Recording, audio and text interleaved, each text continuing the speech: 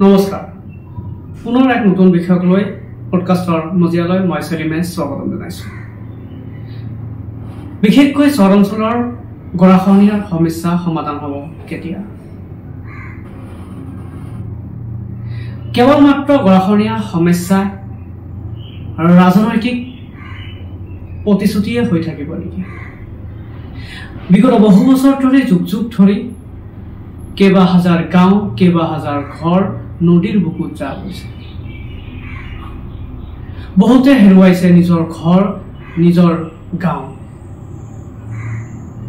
কিন্তু আজিও স্থায়ীভাৱে সমাধান নহল গৰাখহনীয়াৰ সমস্যা।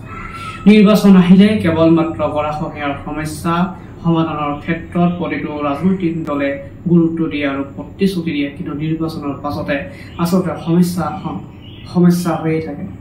আজিৰ দিনত চৰাঞ্চলত বসবাস কৰা মানে এক অভিশাপ। বিশেষকৈ ফকীৰগঞ্জৰ ৱাহাব বজাৰৰ কেইবাটাও দৃশ্য আমাৰ হাতত আহি পৰিছে, ৰাইজৰ প্ৰতিক্ৰিয়া আহি পৰিছে, আমি শুনাবলৈ যত্ন কৰিম। চাওঁ বিশেষ ক্লিপটি। আজি আমাৰ ৱাহাব বজাৰৰ মানে পিছত অলপ আছে আৰু বাকীখিনি ওলাই গৈছে, বাকীখিনি ভাঙি লৈ গৈছে। এতিয়া আৰু মানে যিদৰে ভাঙি আছে আৰু দুদিনমান ভাঙিলে আমাৰ ৱাহাব বজাৰখন মানে নদীৰ বুকুত বিলীন হৈ যাব। তো প্ৰতিদিনে কিমানটাকৈ ঘৰ বাৰী গৰাখহনীয়াত যা যায়? প্ৰতিদিনা ইয়াৰ পৰা মোটামুটি 20খন 30খন ঘৰ বাৰী ইয়াৰ পৰা মানে লৈ গৈ আছে ভাঙি।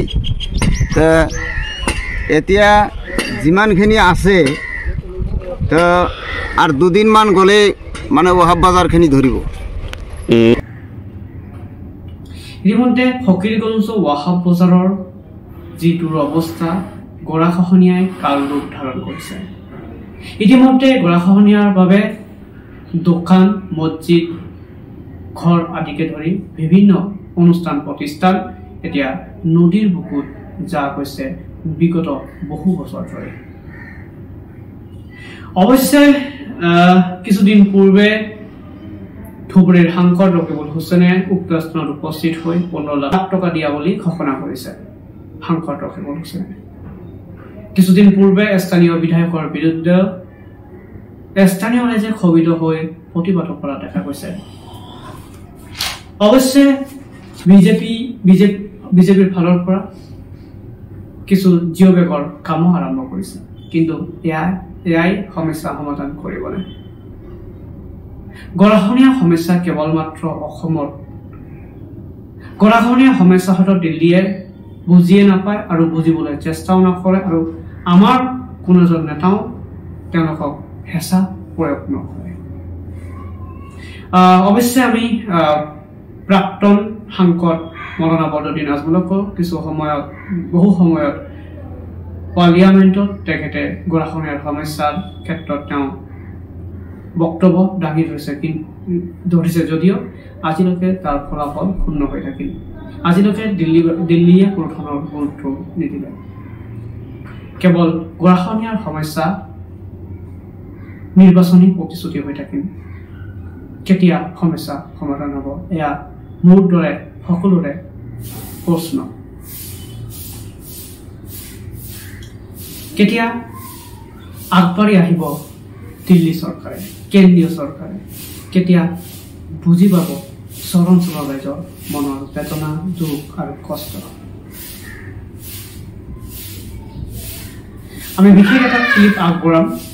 সেই ক্লিপত স্থানীয় বিধায়কজনৰ বিৰুদ্ধে প্ৰতিবাদ কৰিছে, প্ৰতিক্ৰিয়া প্ৰকাশ কৰা আৰু প্ৰতিবাদ কৰা সেই সৰু এটি ক্লিপ আপোনালোকে দেখুৱাবলৈ যত্ন কৰিম।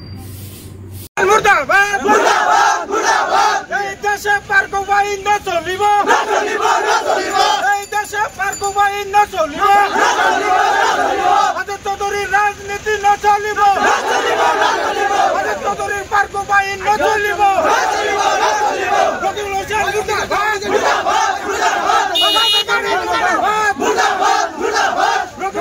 মুর্দাবাদ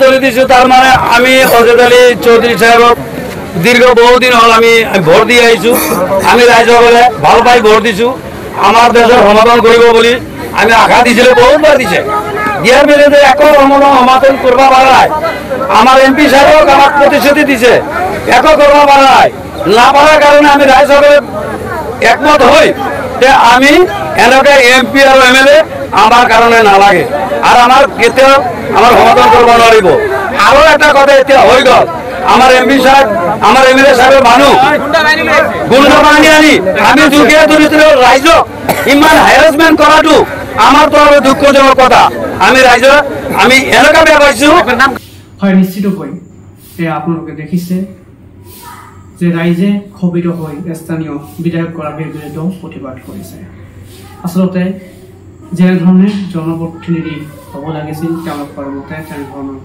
জনপ্ৰতিনিধিয়ে গৰাখহনীয়াৰ সমস্যাটোক লৈ কোনো ধৰণৰ মাত নামতাৰ অভিযোগ উঠিছে হয় গৰাখহনীয়াৰ সমস্যা কেৱল মাত্ৰ সমস্যা হৈয়ে থাকিব নে নিৰ্বাচনী প্ৰতিশ্ৰুতি হৈ থাকিব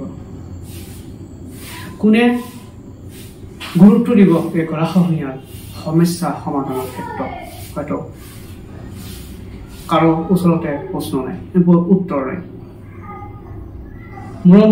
মোৰো তাত উত্তৰ নাই আপোনালোকৰ তাতো উত্তৰ নাই গৰাখহনীয়াৰ সমস্যা কেৱল মাত্ৰ সমস্যা হৈ থাকিব কেৱল মাত্ৰ ফকীৰগঞ্জ অঞ্চলে নহয় ধুবুৰীত বিশেষকৈ ধুবুৰী জিলাখনৰ বিভিন্ন চৰ অঞ্চলৰ নৈপৰীয়া অঞ্চলত এই গৰাখহনীয়াৰ সমস্যাই কাল ৰূপ ধাৰণ কৰিছে কিন্তু গুৰুত্ব দিয়াত কোনো ধৰণৰ আজিলৈকে দিল্লীয়ে হওক বা স্থানীয় জনপ্ৰতিনিধিসকলে কোনো ধৰণৰ গুৰুত্ব অথবা প্ৰতিবাদ কৰা দেখা নগ'ল এয়া আছিল ৰাইজৰ অভিযোগ কেতিয়া হ'ব গৰাখহনীয়াৰ সমস্যা সমাধান ধন্যবাদ আজি বিষয়লৈ ইমানখিনিয়ে শেষ কৰিছোঁ ধন্যবাদ পৰৱৰ্তী সময়ত আৰু নতুন বিষয় লৈ আপোনালোকৰ মাজত আহিম ধন্যবাদ